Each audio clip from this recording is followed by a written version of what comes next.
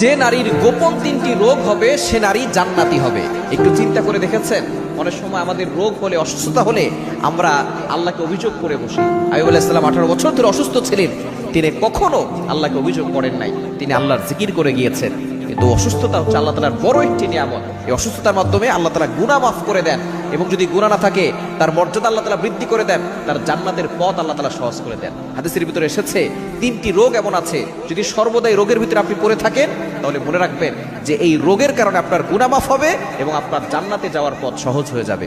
1 number হচ্ছে, যদি কারো অ্যালার্জি চুলকানি থাকে তাহলে এই লোকটার এই অ্যালার্জি চুলকানি সবসময় থাকার কারণে আল্লাহ তাআলা যে তার কষ্ট হচ্ছে এর মাধ্যমে তার গুনাহ মাফ করছেন এবং তার মর্যাদা বৃদ্ধি করে তাকে জান্নাতের ব্যবস্থা করছেন। অ্যালার্জি চুলকানি যাদের আছে, সবসময় অ্যালার্জি চুলকানি লেগেই থাকে, অনেক ওষুধ খাচ্ছেন, সারছে না, এটার মাধ্যমে কিন্তু আপনার যে যতটুকু আছে ততটুকুই থাকবে, এটার দ্বারা আপনার কুষ্ঠকাঠিন্য রোগ হবে না।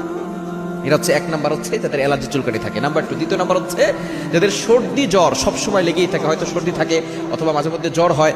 এই জ্বর হলে আপনি জ্বরকে গালি দিবেন না। নবীজি সাল্লাল্লাহু আলাইহি ওয়াসাল্লাম জানিয়ে দিয়েছেন, জ্বরের আসলে আল্লাহ পাক রব্বুল আলামিন তার গুনাহ খাতাগুলো ক্ষমা করে দেন।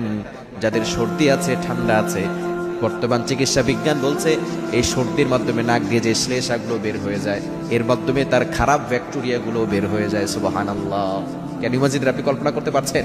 এবং সর্দি জ্বর যার থাকবে, এই ধরনের রোগীরা সে কখনো তারা পাগল হয়ে যাবে না। সুবহানাল্লাহ, এবং এই রোগের কারণে সে জান্নাতে চলে যাবে।